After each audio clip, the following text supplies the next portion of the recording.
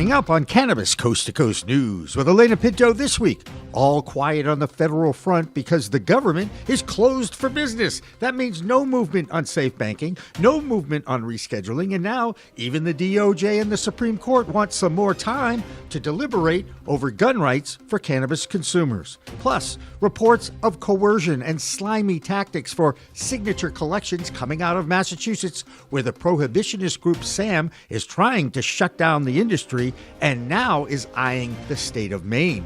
We'll talk with Chris Faraone from the Talking Joints Memo, who is always in the middle of everything in the Bay State. Like I said, if it's such a great initiative, it's such a good idea, why do you have to lie to people to even get the signatures, let alone to get it to pass?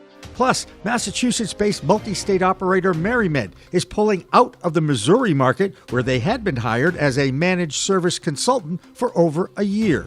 And in Ohio, once again, a hemp ban was passed by the House, and it goes nowhere when it reaches the Senate. And now it goes back to committee. Ohio lobbyist Tim Johnson from CannabisSafetyFirst.com tries to explain what is going on at the Columbus State House. As typical in Ohio, the GOP leadership has found a way again, and this is their words from the GOP president of Ohio, is to delay, deny, and deceive the voter so that you can get out of them what you want.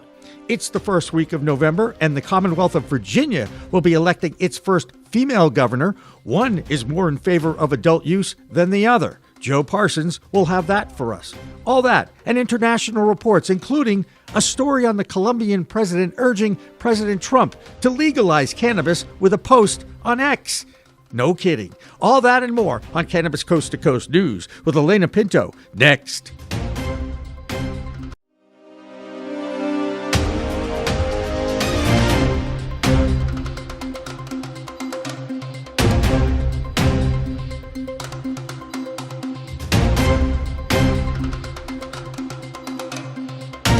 Hi, everyone. Welcome to Cannabis Coast to Coast News, WPCM TV's weekly coverage of the fight to end cannabis prohibition here in the United States and now around the world. I'm Elena Pinto. It's been over a month now since the federal government closed, and the impasse continues. Democrats blame the Republicans, and the Republicans blame the Democrats. And the impact of the shutdown is being felt in every aspect of society. Even talk or rumors about rescheduling cannabis has slowed down, while advocacy lobbyists are all looking for help and support from consumers and the industry. The only hint at any changes at the federal level actually come from non-action from the U.S. Supreme Court. That group has agreed to hear arguments about the Second Amendment rights to bear arms and if cannabis consumers should be allowed to own firearms. But now the Supreme Court is asking for more time before they deliver a judgment. That request for delay is actually being interpreted as a positive sign for rescheduling, since the Plant Medicines Control and potential move off Schedule 1 could change their eventual decision. The biggest move this week in Washington, D.C. came from the Federal Reserve when they cut interest rates by 0.25%. So what impact will that have on the flow of capital to the cannabis industry? Probably not much on the business side, but consumers appreciate any reduction in interest rates. This week, our executive producer, Jimmy Young, had an opportunity to talk with the CEO of Fund Canna, Adam Stettner. His company has facilitated over $425 million in fundings for cannabis-related businesses since their inception 4 years ago. Here's Jimmy and Adam. Thanks, Elena. Yes, we're so proud to have the CEO of Fund Canna. His name is Adam Stettner with us, and this particular interview will have double duty. We'll actually run it on our own network at WPCMTV.com, but also for our Cannabis Coast to Coast News show. And Adam, thank you so much for joining us here today. You have created one of the most successful lending arms in the cannabis industry, and for that you deserve a prize, because this is not an easy detail at all, and yet you've managed to deliver over, actually, I'd like to get that number. I hear reports 300, I hear 400 million. How many millions of dollars of loans have you pumped into the cannabis industry since you started Fund Canna? Well, Jimmy, first, thank you for having us on the show. I appreciate it. And then to answer your question directly, we've underwritten about 5,000 transactions. We funded about 3,500 transactions. We've approved close to a half a billion, 500 million. And clients have drawn about $225 million so far. Gotcha. And of course, I did some research, so I saw varying reports. So I figured I'd go right to the source, and I hope you're comfortable with that. Let's start with the news of the week. The Fed dropped the interest rates by 0.25%. What impact will that have on your business? None. And the reason I say that, I certainly don't mean it dismissively, but I deal with the same thing that the rest of this industry deals with. And the fact that we are all, this is the crazy part. And I think your listeners will be interested to hear. I'm in a Class A office building, a regular office. I'm surrounded by medical practice and you name it.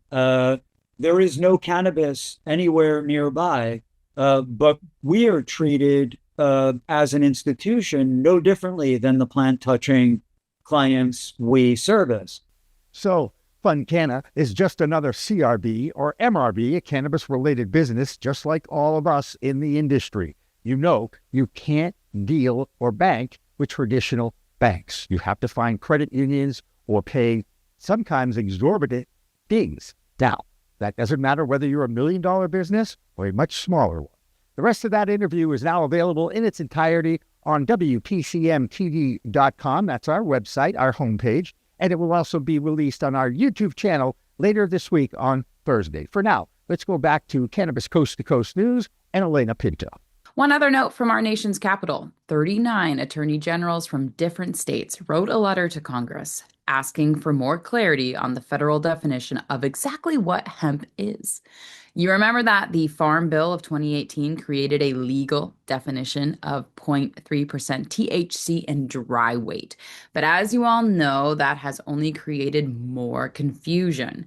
It also started a $30 billion plus industry that is unregulated and federally legal. And now you have some states banning all THC-infused products. Others allow these products to be sold openly at gas stations, convenience stores, and smoke shops. It's no wonder the state attorney generals are frustrated by the so-called loophole. And now that letter is urging Congress to ban all THC-infused products. But since the Congress is shut down, don't you wonder if anyone is home in the Capitol to open it? Well, Kerry Hinkle is our hemp reporter, and he has more on this latest effort to fix the confusion from a bill that was passed 7 years ago. Here's Kerry. I'm Kerry Hinkle with Bayou City Hemp out of Houston, Texas, and I'm back again with another hemp report for Cannabis Coast to Coast News. This week, we turn our attention to Washington, D.C., where Congressman Andy Harris and Senator Mitch McConnell are continuing to debate how to handle hemp products in the Agriculture Appropriations Bill. You may remember in July, Senator Rand Paul held up the entire package over hemp, and it sounds like now the entire government shutdown could be held up over the issue of hemp. Now, what's changed is that on Tuesday, Rand Paul held a webinar with thousands of participants from the hemp industry in which he urged everyone to get involved and mentioned that he's having negotiations right now with Andy Harris on what the hemp language could look like in the bill, and that both sides really are not interested in moving on their position.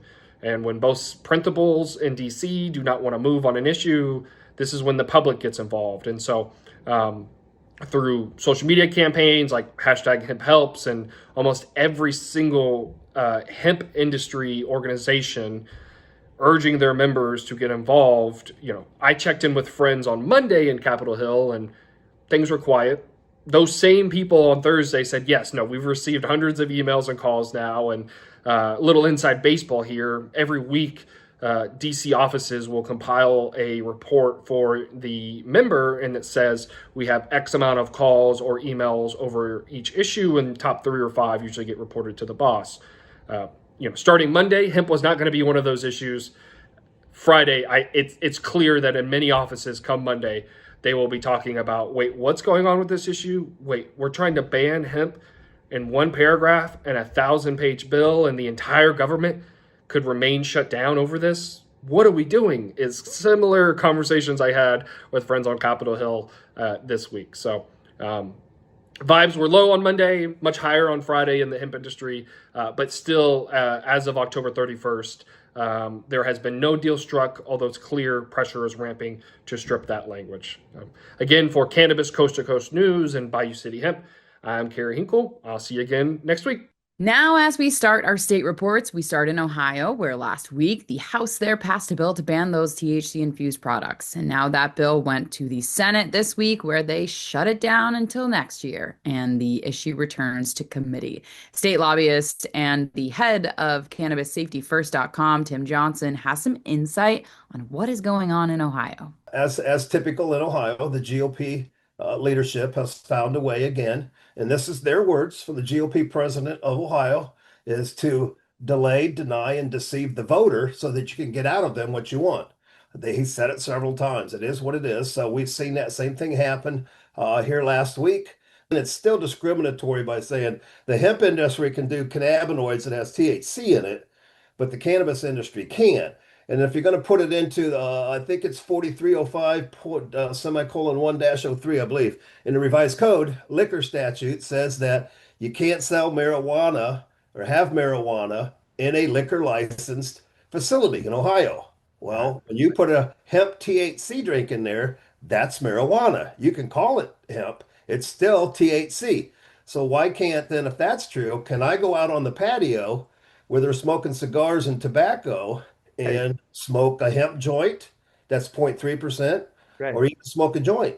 Who out on that patio is going to have a measuring device to see, okay, which one was 0.3% dry weight in the beginning? And Yeah. you know what? I mean, as usual, the people making the decisions and the laws really don't understand how the plant works. And They don't. This is where one of the biggest things they should just take a botany course or talk to any of the growers so that they understand that THC, it works. In fact, watch the video that President Trump put out there, because it was the best explanation of how the endocannabinoid system works in our bodies that I have seen. It was the first time I looked at something and I go, now that's a public service announcement, He right? finally got one thing right. In all his political pandering, he got one good commercial out. And again, he didn't do it other than to post it. Let's just make sure we understand that. Okay. He's not going to do that. Let's be real. Exactly. And Fox picked it up. Oh, what a shock, right? And again, I get it. Okay. It still always boils down to educating the people that are making our laws. They think they're doing the right thing based on their own experience, their own knowledge, as opposed to listening to their constituents, because that takes effort, Tim. It does. And we've always focused on educational awareness as a key. It's a phrase I've used for the 10, 11 years I've been at the State House. And with more from Ohio, here's Christina Brisson. I'm Christina Brisson with Over the Top Renovations with your weekly Ohio Cannabis Report with Cannabis Coast to Coast News. I would say surprise, surprise, but we all know it isn't one, that the Senate did not agree on the House revised bill. It was their own original Senate Bill 56, which involves intoxicating hemp products, a little language about where the tax revenue is going to go, as well as revisions to the cannabis law. However, it was a 32-0 vote. And on top of that, the Franklin County Court has actually decided to extend the ban against Mike DeWine's executive order prohibiting the sale of intoxicating hemp products. The next hearing is on December 2nd. That was a little bit of a surprise, I think, some of us. And notice we have two battles going on that if they could come to an agreement, we wouldn't have all of our forces and resources put into the two different places. We could have an agreement and just be done with both battles. But they've got everything together and not wanting to play nice. So hopefully there's more to come. I am Christina Brisson with your weekly Ohio Cannabis Report with Cannabis Coast to Coast News. There are two state governor races that will be decided this week. One is in New Jersey, where Republican Jack Citronelli is being challenged by Democrat Mikey Sherrill, who is leading in the polls. In Virginia, there is a distinct difference between the two-party candidates. Both are women, and one will emerge as the first female governor of Virginia. The Democrat is Abigail Spanberger, and the Republican is the current Lieutenant Governor Winsome Earl Sears.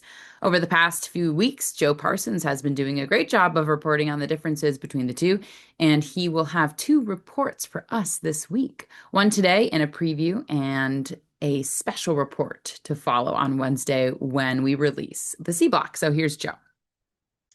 I'm Joe Parsons with the Virginia Cannabis Connection by Higher Education's Coffee Talk, sponsored by 97.5 3WB, and reporting for Cannabis Coast to Coast News.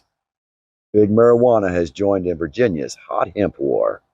Jushi Holdings Incorporated claimed that DoorDash, Total Wine, and other defendants have engaged in a, quote, deliberate and coordinated scheme to erode Virginia's heavily regulated medical cannabis market by selling intoxicating cannabinoid products that run afoul of state law, end quote. They also said that, quote, disguised as lawful hemp, these products are, in reality, potent and dangerous forms of marijuana, offered without the mandatory safeguards, regulations, and testing or oversight that the Commonwealth imposes on licensed cannabis operators such as ourselves. They accused DoorDash, who partnered with Total Wine to develop THC-infused beverages and gummies, of deception and attempting to flood the marketplace with unregulated illegal cannabis products. Virginia has already imposed a ban in 2023 on hemp-derived products and has recently been actively enforcing these regulations. Jushi is asking for a jury trial to settle the issue and is seeking over $80 million from the defendants over the claimed economic injury from the alleged unfair competitive advantage. This may be perceived as another blow to the adult use and a big win for big out-of-state players for the medical market. However, it remains to be seen how the lawsuit will be received by consumers and advocates who may view the legal challenge as an attempt to stamp out competition by eliminating a source for the adult use consumers with no other access for non-medical patients. Well, that's going to do it for this week from Higher Education's Coffee Talk, sponsored by 97.5 3WB in Charlottesville, and reporting for Cannabis Coast to Coast News. I'm Joe Parsons. Until next time, stay lifted. In California this week, the Humboldt County Board of Supervisors repealed a controversial cannabis tax with a unanimous vote of 4-0. This tax has been part of that rich cultivation area since voters actually approved it in 2016. And at the time, there was hope that the cannabis industry would grow exponentially during the so-called green rush. Instead, it crashed. This tax was based on the square footage of cultivation sites, but the market correction that has crushed the California cannabis industry made the implementation of this tax unfair. That's why the Board of Supervisors reversed what the voters had put in place when everyone thought the green rush was going to continue. According to county reports, there was $11 million of unpaid tax debt, and enforcement costs would have exceeded the revenue the tax had brought in. Well, now let's check in with Michigan, a state that is dealing with the fallout over their own tax increase. Here's Amy Carter from the Michigan Weedsters, and her report is sponsored by Wally's Wonder World of handmade, customizable humidors. This is mold on wheat. This is mold on weed. And this is what this Wonderworld plant is supposed to look like. Do you want to make sure this never happens to your precious flower? Check out the handmade humidors by Fenton, Michigan craftsman Gregory Johnson. Each humidor can hold 1 ounce of your stash, and it comes with a Boveda humidity pack. You care about your flower, so protect it inside a humidor made with American-grown maple, cherry, or sapele wood. Check out their website at wallyswonderworld.com. There you'll find the famous award-winning Hakuna Matata No Worries Humidor. You'll also find a variety of humidors with different designs. They even customize accessories like doobie tubes, grinders, and even a classic roach clip from the 70s. Treat your stash with class with a custom-made, handmade humidor from wallyswonderworld.com, and never worry about moldy weed again. I'm Amy Carter with Michigan Weedsters, and here's your Michigan report for Cannabis Coast to Coast News. Michigan has been buzzing with cannabis activity these past few weeks, covering everything from new safety laws to what people are reaching for when they can't sleep. Lawmakers in Lansing are zeroing in on 2 major areas of enforcement. First, they want to give the CRA the power to instantly suspend licenses, allowing them to quickly shut down shady dispensaries. On the other side, they're looking to crank up penalties for illegal growers and tighten rules on how much cannabis Michiganders can possess. Still, some advocates remain firmly opposed to sending anyone to prison over cannabis offenses. Safety is a huge concern this week as officials report that cigarettes, joints, and vapes are sparking a troubling number of deadly fires. These smoking materials are reportedly accounting for up to 1/4 of fatal blazes this year. The danger is especially pronounced when people are smoking while also using medical oxygen. A medical dispenser in Ypsilanti, Budbridge LLC, is facing heat for allegedly giving away large amounts of cannabis concentrate under a fake customer name. Regulators flagged transactions involving nearly 2,000 grams of concentrate product that was reportedly handed out to customers for free. This massive giveaway allegedly used multiple profiles under the fake name Chris Peterson, a practice which led to an inaccurate tracking and may have resulted in customers exceeding the legal limit for possession. On the legislative front, state lawmakers are pushing for a new requirement to educate students and parents on the dangers of vaping, tobacco, and cannabis products. The hope is that these educational efforts will curb the use among those under 21. Finally, a University of Michigan study found a surprising trend. More than 1 in 5 young adults are reaching for weed or booze to help them sleep. Researchers caution that while this habit might provide initial relief, it could ultimately end up messing with long-term sleep quality. That is it for this week. I am Amy Carter with Cannabis Coast to Coast News. The Michigan Report is sponsored by Wally'sWonderworld.com. That'll do it for the A block or first section of our news show this week. But when we come back, we'll take a look at the international markets and later a movement in Massachusetts to collect ballot signatures that will pose a question repealing many of the gains in adult use in the Bay State and their savory methods of collecting those signatures to get access to the ballot. Cannabis Coast to Coast News continues after this break.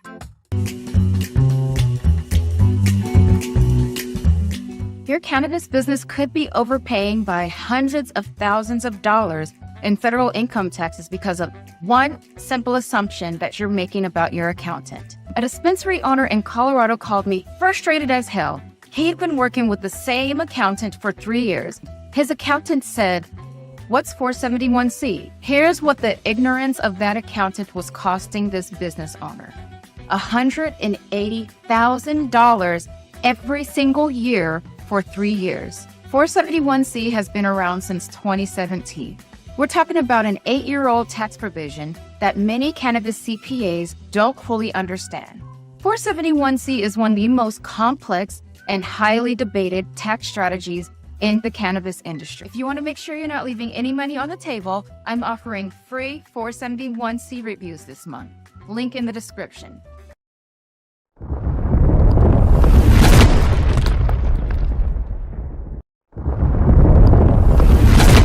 Accounting Buds has grown into Buds Group, the same award-winning quality, now with more service offerings. Buds Group, your best buds in the biz.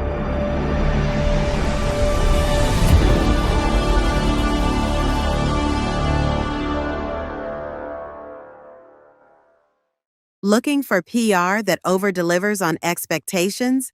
At Maverick Public Relations, they pair big agency experience with personalized attention. From launching award-winning brands to securing top-tier media hits, their data-driven communications team helps visionary leaders and entrepreneurs rise above the media noise. Maverick PR is responsive, collaborative, and relentless about results and ROI. Visit themaverickpr.com and make headlines together. If you want to make history, if you want to be part of history, if you want to say you helped legalize marijuana in America, now is the time to join us.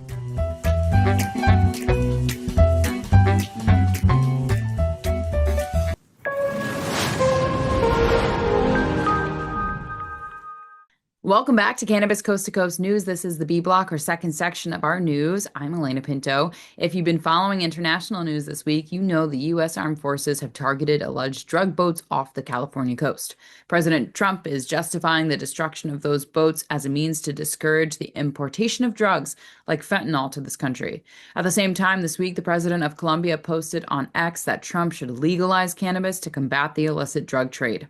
Gustavo Petro is the president of Colombia, and he continued to encourage the president to create a regulatory framework in this country and allow for the importation of international exports of cannabis. President Petro went on to post on X, quote, "Colombia actually provides the money and the deaths in the struggle, while the U.S. provides the consumption. Consumption in the U.S. and the growing consumption in Europe are responsible for 300,000 murders in Colombia and 1 million deaths in Latin America, unquote. According to the translation, hard to believe that two leaders of countries are communicating through social media, but that's the world we live in now. So let's find out what's going on in the UK with Dave Barton. I'm Dave Barton from Thermidor with your UK Cannabis Report for Cannabis Coast to Coast News. International patient advocacy group We the Patients has announced it will hold its first event in the UK during Medical Cannabis Month. The event, being held on the 7th November at the Charterhouse in the Barbican in London, is being organised in collaboration with UK patient advocacy group Patient Can, and will feature a roster of high-profile speakers as well as patients sharing their own stories. Attendees can expect insights on cannabis-based chronic pain treatments, as well as shared learning and practical workshops. The event is the latest in a series of European events organised by We the Patients. Another was held in Switzerland last month, reflecting its mission to reshape the conversation around medical cannabis through patient-led advocacy. That's all for this week's UK Report. I'm Dave Barton from Thermidor, reporting for Cannabis Coast to Coast News. Back here in the U.S., the collection of signatures continues here in the Bay State of Massachusetts by the so-called Sensible Cannabis Group, who are trying to change a ballot question and get that approved. It would dramatically change the existing adult use market in the state. Needless to say, the industry is not too pleased with the initiative that is being organized and backed by SAM, the prohibitionists led by Dr. Kevin Sabet, who started the Smart Approaches to Marijuana group. Curtis Emery is off this week, but executive producer Jimmy Young caught up with Chris Faraone from the Talking Joints Memo to talk about this signature effort and their tactics. Thanks, Elena. Curtis Emery, our regular Massachusetts reporter, is off this week, so I went to the bullpen, as they say in sports, and brought in Chris Faraone, the right-hander from Binge, the Boston independent nonprofit journalism group, and the Talking Joints Memo, because he wrote something last week that really upset me. Not what you wrote, Chris, but hearing about the unsavory tactics of the signature gathering by the prohibitionist group that's trying to do that here in Massachusetts. What do you know about their tactics? Well, it was so egregious that I didn't believe it at first, or I thought my friend was mistaken. And then a source contacted me, and what I started to hear about a week and a half ago now, it's been 10 days of getting after this story, was that there were people collecting signatures, as people do for ballot initiatives in Massachusetts. We currently have 40 that the Attorney General said can, if enough signatures are collected, can advance to the next stage and potentially eventually to the ballot in 2026. Two of those measures are related to cannabis. They basically, as you know, get rid of adult use dispensaries. And what I was told was by my first source was a friend who said that they were told, sign this, it's so that kids stop going to jail for marijuana. And, in the moment, I guess she didn't stop to think, they're not, it's already legalized. And she signed it along with a couple other initiative petitions that this guy was collecting. This is down in Hanover on the South Shore of Massachusetts. And I marinated on it for a day. I looked up some things, and we'd already done reporting on who's behind this ballot initiative. It is people related to the Massachusetts Republican Party and to prohibitionist forces that actually just successfully defeated a ballot question in favor of psychedelics, of regulating psychedelics in Massachusetts. So I'm familiar with them, and also from past prohibitionist exercises they've been involved with. So I went to see myself. And so now I think it's a week ago from my first standout. I'm like one of you TV reporters, in this parking lot of the supermarket. And I didn't ambush the guy. I did approach him. In Massachusetts, we're not allowed to just record people without their consent, and that's pretty strict, even in public. I didn't want to push it, but I took my notes. I listened to him pitch other people, and the pitch I got was very similar.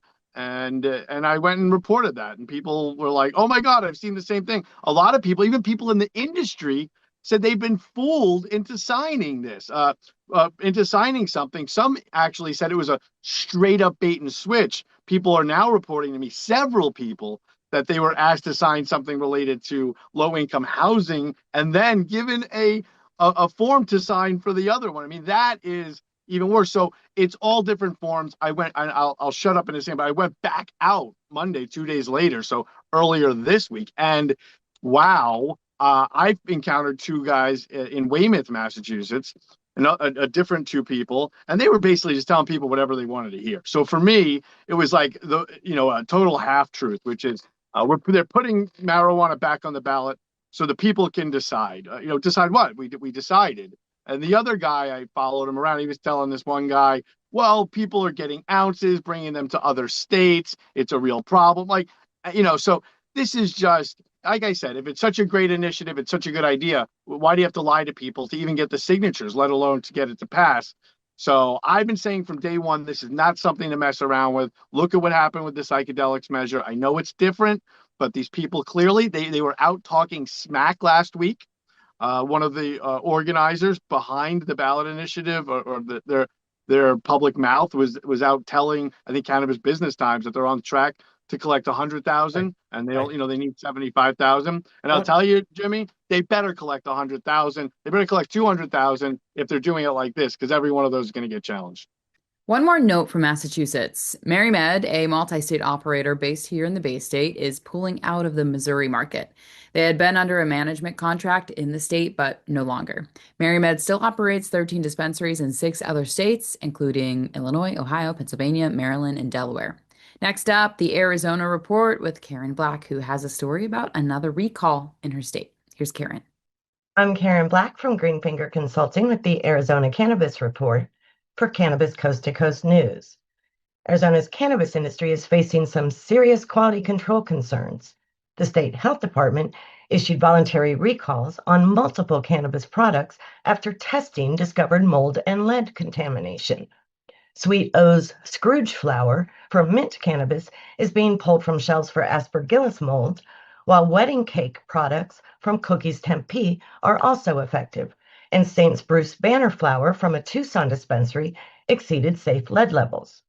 The state says no illnesses have been reported, but if you've purchased any of these strains, you're advised to return them for a refund or destroy them. On a much more encouraging note, Arizona is making national headlines with the groundbreaking psilocybin study. The state has approved the first ever FDA-authorized trial using whole psilocybin mushrooms, not synthetic versions, to treat PTSD in first responders and military veterans. 24 participants, 8 police officers, 8 firefighters, and 8 vets, will receive 30 milligrams of psilocybin from whole mushrooms grown right here at the Scottsdale Research Institute.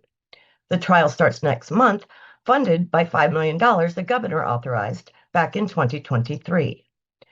Meanwhile, Arizona's ongoing hemp battle is getting national attention. Attorney General Chris Mays just joined 38 other state AGs calling on Congress to ban intoxicating hemp-derived products like Delta-8 and Delta-10 nationwide. It's a coordinated push that could impact Arizona's own legal showdown. The Arizona Court of Appeals is scheduled to hear arguments on November 4th about whether the state can legally restrict these hemp products to licensed cannabis dispensaries only. Stay tuned because we'll have a full report on what happens with that ruling next week. Arizona's edibles market is getting a jolt of innovation. 2 new cannabis products just hit dispensaries. Hyphen, a modular vape pod system from Verano Holdings with interchangeable pods and temperature control, and Juicy Jellies, rapid onset cannabis-infused gelatin shots that kick in within 5 to 15 minutes. Juicy Jelly's official launch was at the Marijuana Industry Trade Association's monthly networking event in Tempe last week, where the brand emphasized equity and next-generation ownership in the cannabis space. That's all for this week's Arizona Report. I'm Karen Black from Greenfinger Consulting reporting for Cannabis Coast to Coast News. If you follow the news out of Florida, you know the state with the largest medical cannabis patient registrations has a governor, Ron DeSantis, who dislikes the smell and the fact that he has to deal with it in his own state. Now, in Cape Coral, there's a THC-infused social consumption lounge that has opened with food and other alcoholic beverages. The seed and bean market is already open in Fort Myers and Venice, but it's the one in Cape Coral that is already creating a buzz, and it's not open until December. According to the co-founder, Cole Peacock, quote, says, "The food is organic, it's all natural. We don't fry food in oil, but with an air fryer. There's breakfast, lunch, and dinner, and we sell legal hemp-derived THC products that feature low-grade THC and CBD-only products. Or you can infuse your foods with these cannabinoids, unquote. Sounds like it will be a pretty popular destination in Florida. But next up, let's check in with Tina Tasaka in Nevada. I'm Tina Tasaka with 420 Technologies and Iconic Representation, and this is the Nevada and Tribal Nations Report for Cannabis Coast to Coast News. The numbers are in from the CCB, and in October we saw 4 less cultivation licenses, 3 less production licenses, and 1 less distribution license. Since May of 2023, Nevada has lost 34 cultivation licenses. It's a clear sign of how competitive and tough the market can be. The Nevada Cannabis Compliance Board conducted an undercover sting where an underage buyer successfully purchased marijuana products at 2 dispensaries, including ZenLeaf in North Las Vegas. The CCB confirmed the violations through video evidence and voted unanimously to impose disciplinary action, recommending fines of up to $20,000 for each dispensary involved. The CCB recently approved 2 new Las Vegas cannabis consumption lounges. Sunflower Compassionate Company, led by social equity owner Rachel Lee and partners Celeste Rodriguez and Dr. Sharita Howard, will focus on healing and medicine. The second, Infinity Lounge, is a social equity independent venue offering cannabis cocktails, entertainment, and a membership experience. Opening dates have not been officially released. Cannabis Compliance Board Chair Andrea Guzman Frolic has announced her run for Nevada Attorney General as a Republican. A Reno attorney with experience on multiple state commissions, she faces GOP contender Danny Tarkanian, while Democrats Zach Conine and Nicole Canizaro are also in the race. The primary is set for June 9th, 2026. That's it for the Nevada highlights and tribal nations. I'm Tina Tasaka with 420 Technologies and Iconic Representation for Cannabis Coast to Coast News. Missouri is another state in the Midwest that has a new Attorney General, Catherine Hanaway. She became the first female appointed to that position by their governor, Mike Kehoe. Now she wants to target THC-infused beverages in her state. Missouri has some of the most liberal regulations for THC and CBD products. Other than generating tax revenue, that market has been operating smoothly. In Nebraska this week, there was a state-approved license for a Native American tribe. While Nebraskans for medical marijuana continues to battle with regulators and lawmakers in and out of court, the state continues to make it as difficult as possible for their voter-approved initiative, which passed with over 70% of the vote. And now the state has finally approved a license for a vertically integrated cannabis operation to the Omaha tribe. John Cartier, the tribe's general counsel, shared that he wants the territory to, quote, stand as a district contrast to the dysfunction and show that the will of the voters is being respected, at least on the Omaha reservation, unquote. Nebraska's neighbor, Oklahoma, is getting down to the deadline on their signature drive to get the adult use question on the ballot. Here's Kimmie Cannabis with an update. I am Kimmie Cannabis from Can I Talk About It with your Oklahoma Cannabis Report for Cannabis Coast to Coast News. On October 27th, OMMA launched its new Med Portal program, and many patient recommendation businesses say it's been anything but smooth. Jamie Jackson of Sweet Leaf Wellness reported she could log in for about an hour before being locked out. She said she even tried through a patient's phone, got to the photo upload stage, then received an error code and was kicked off. She's since gotten no response to emails or messages from OMMA. Beginning November 1st, 2025, per Senate Bill 518, all medical marijuana product labels must include a new warning that reads, "It is illegal to drive a motor vehicle while under the influence of marijuana or marijuana products." Also starting November 1st, deli-style flower sales are officially over. Oklahoma is now fully pre-packaged. Many businesses were forced to sell remaining bulk inventory at rock-bottom prices in an attempt to make up on any losses. And on that same day, over 300 commercial medical marijuana registrations went inactive with OBNDD, including 233 dispensaries and 95 growers and processors. Michelle Cagle confirmed those numbers from the OBNDD website, saying complete, timely applications were the gold standard for survival. November 1st was widely known as the OBN and Fire Marshal shutdown. And finally, November 4th is the deadline to turn in signatures for adult use cannabis, State Question 837. Fingers crossed we got the numbers we needed. That's it from Can I Talk About It and Oklahoma with your Cannabis Coast to Coast report. I am Kimmie Cannabis. Peace, love, and all that good stuff. Can you imagine a state that has a legal medical use program that has generated $33 million in collected taxes and hasn't done anything with that money? Well, you don't have to imagine that anymore because West Virginia is in that exact situation. That state's first medical dispensary opened in 2021, and state law is already in place that should guide where those funds should be allocated. That fund is supposed to be used to create research programs, as well as help out with substance abuse disorders and law enforcement training. The most surprising thing is the response from West Virginia officials, including a spokesperson for the state treasurer's office, who stated that, quote, the money will remain unused until the federal government reschedules the plant medicine, unquote. The $34 million is deposited into a credit union since the state did not have any other legal place to collect and bank it, thanks to its federally illegal status. Even a state senator did not know that the money is sitting in a credit union unused. And now people in that state have found out about this misappropriation of funds, or more accurately, non-use of the funds, and none are very happy. It will be worth watching, though, what happens in West Virginia. Now let's check in on the publicly traded stocks in the cannabis space. Here's our man who is high on Wall Street. Here's Doug Miller. I'm Doug Miller from High on Wall Street. This week's Cannabis Stock Report for Cannabis Coast to Coast News. Verano Holdings and Vireo Growth, formerly Goodness Growth Holdings, have settled their massive $860 million lawsuit after Verano walked away from a 2022 acquisition deal.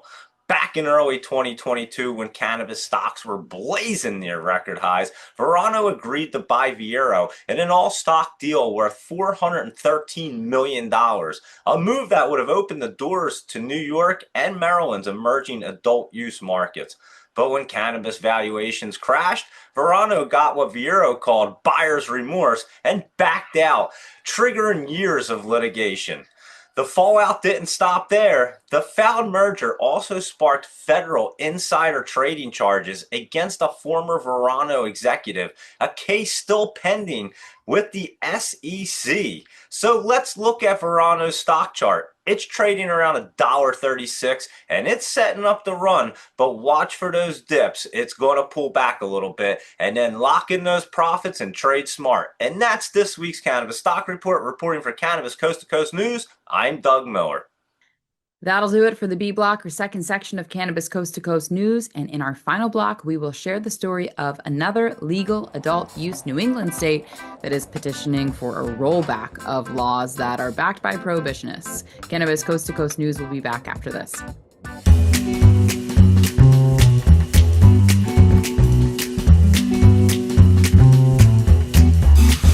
Hi, I'm Jimmy Young, and it's time for school. That's School with a K. I love the name of this platform because it's the first course I'll be teaching where spelling really doesn't count. It's how words sound, how you pronounce them, and how clear your speech is. Do you have the mumbles? Do you have the dreaded itis, gap fillers? The course is called Teaching Generation Text to Talk. I've done this for decades as a professional broadcaster on TV. I've even won an Emmy Award as a sports talk show host for a kids show I co-created in the 1990s for the TV channel that I worked for in Boston. I've mentored hundreds of young people on their journey in the broadcast community, and I'm sure some of them will join me to share what they are doing now. And the whole idea of this is to get people to listen when you talk and to get them to understand you. I use the decades of experience I have in broadcasting to share the tools and exercises that will improve your oral communication skills, even the nonverbal ones. You know, many speech experts believe that 90% of communication is nonverbal. Do you make eye contact? Do you talk with your hands, like I do? Is your handshake firm or wimpy? All these skills will help you build your confidence by putting the phone down and actually talking to people. Do you have a personal elevator pitch? Who are you? Where are you from? What do you do for a living? What distinguishes you or differentiates you from others who might be applying for the same job? I've got 10 one-hour lessons that I'll be offering to individuals or in groups of 5. I call the workshops EPIC. That's E for enunciation, P for pronunciation, I for inflection, and C for cadence. I'll also be offering a free 1 hour, once a week call-in show where you could just join me to ask any questions you want. I've got a background in sports, so I love to talk about that, but I've also built a network for one of the most controversial industries in modern society.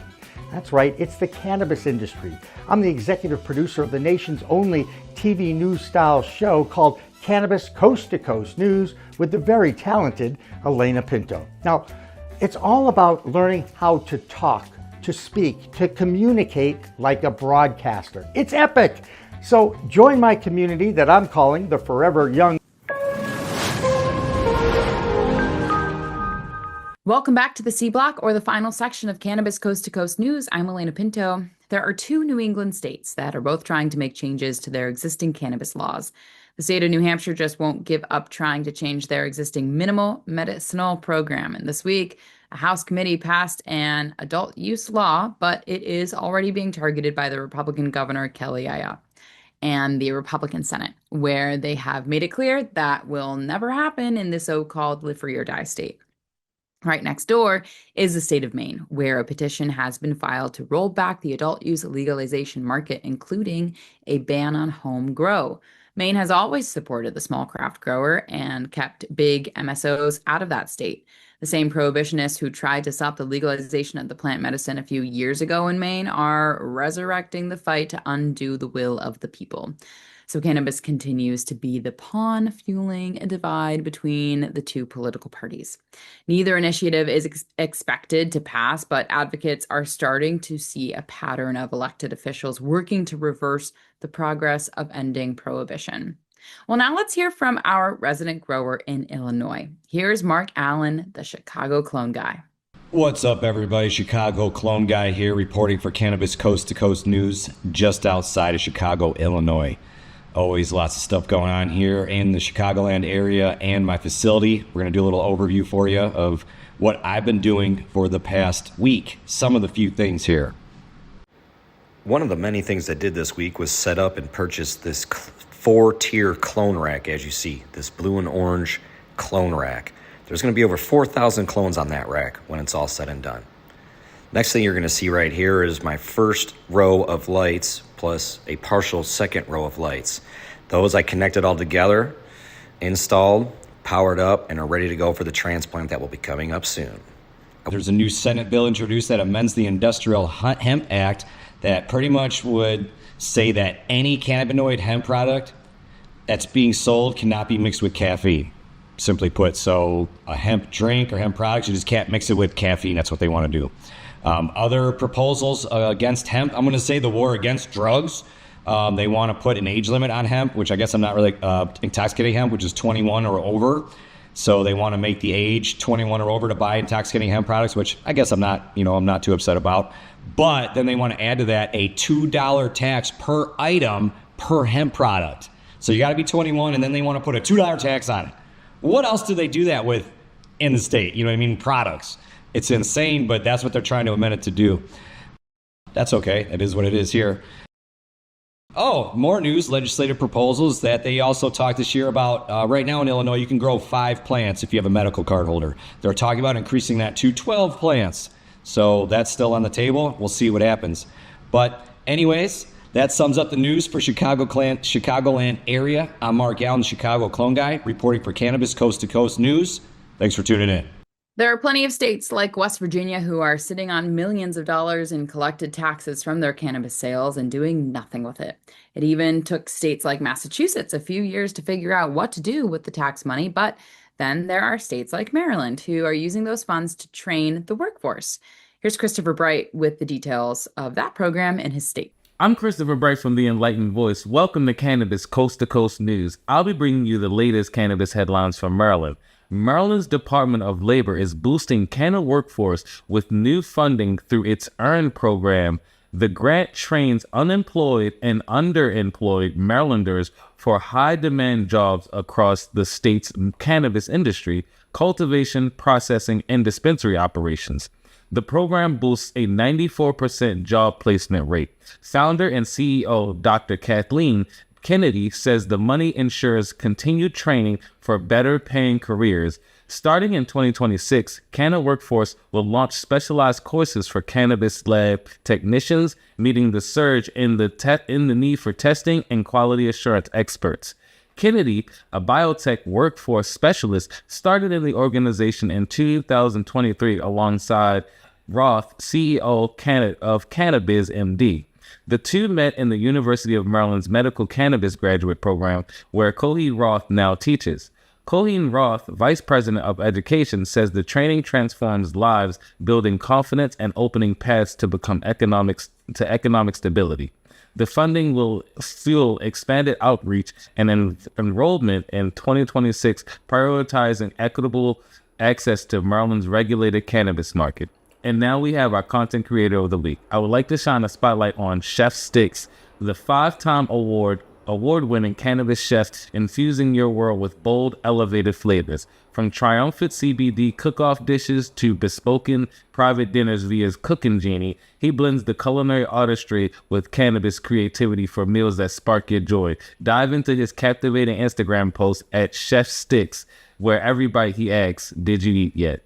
And that's all for this week's of Maryland Cannabis Report. I'm Christopher Bright, reporting for Cannabis Coast to Coast News. Here's a pop quiz for you. Do you know the definition of the phrase California sober? Basically, it means giving up alcohol and using cannabis for your intoxicating activities. And now that movement is taking hold in Colorado. There is a bit of a twist, though, because the movement does include another plant medicine. It's psilocybin. The group behind the movement is a nonprofit called MS Terrios Miracles, whose motto is everything in moderation, including moderation. Denver resident Marissa Poppins is the executive director of the 9-year-old organization, and she calls herself Colorado Sober, since she uses cannabis and a microdose of psilocybin to manage her chronic pain caused by her MS. Here's a quote. Weed and mushrooms have a lot less next day negative effects than alcohol. I'm new to the term, but I think people are starting to realize what it means on their own. It's a version of a natural high, unquote. Next up, a familiar story in all cannabis markets, the mislabeling of test results. This time it's in Colorado, and Jenny Germano has more from her state. I am Jenny Germano with ICS Consulting. This is the Colorado Report for Cannabis Coast to Coast News. In Colorado, a recent study is raising new concerns about how accurately cannabis products are being labeled. Researchers from the Institute of Cannabis Research and MedPharm Research carried out what they say is the first large-scale review of cannabis flower and concentrate products sold across the state. Their team purchased 277 items from 52 dispensaries in 19 counties, including 178 flower samples and 99 concentrates. On average, flower tested around 21% THC, while concentrates came in higher, averaging about 71%, with some exceeding 80%.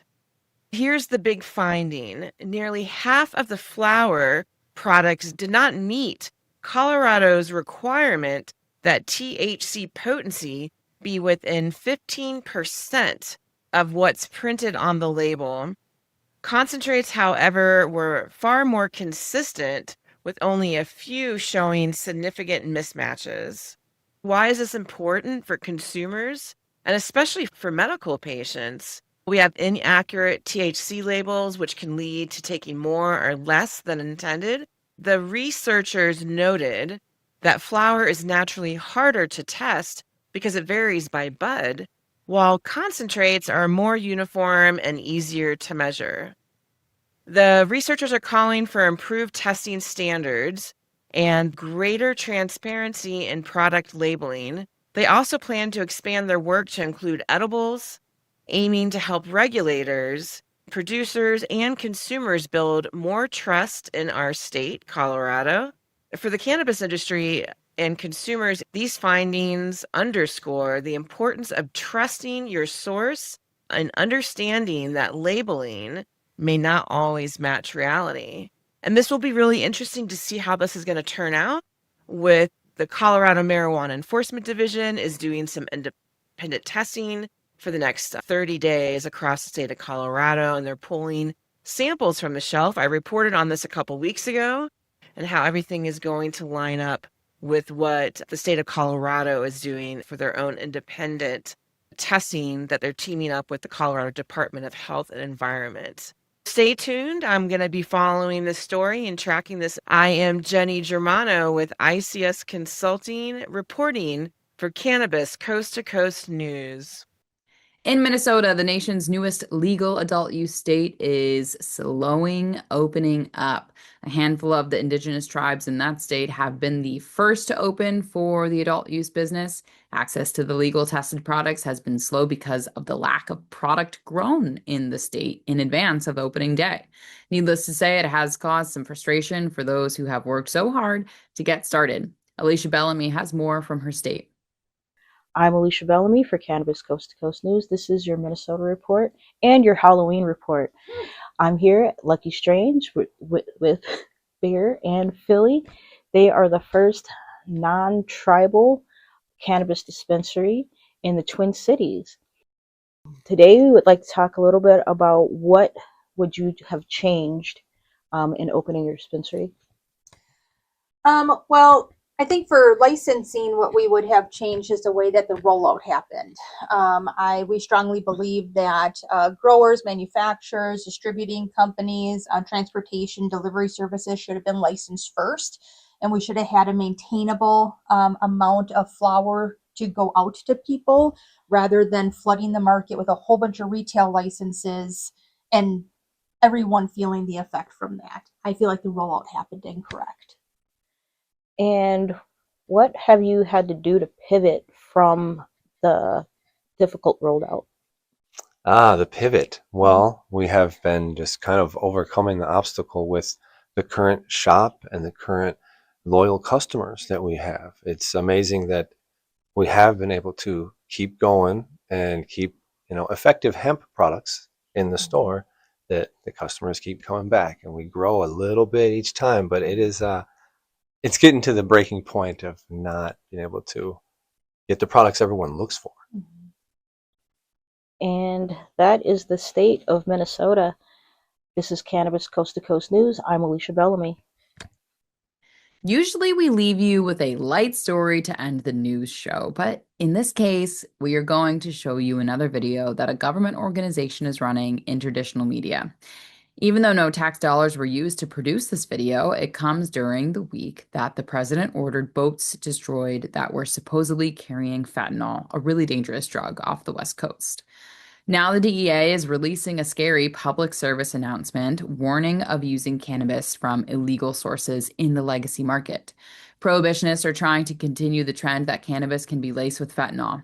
Perhaps the most disturbing part of this video is that people under the legal age of 21 are being used to drill home the message. Best birthday party ever!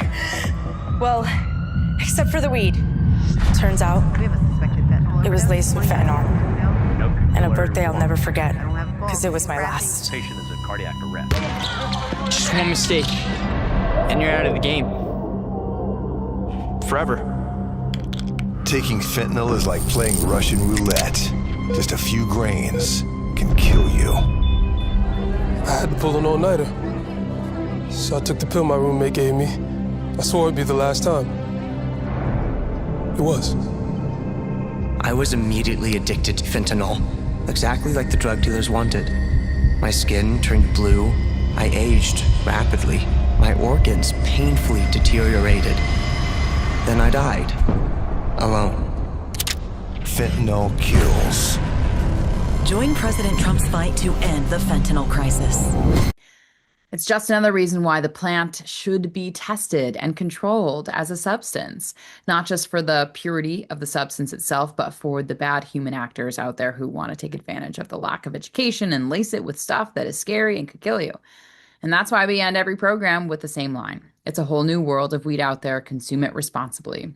And now we add, only use tested cannabis from licensed stores. That'll do it for Cannabis Coast to Coast this week. I'm Elena Pinto, and we'll see you next time.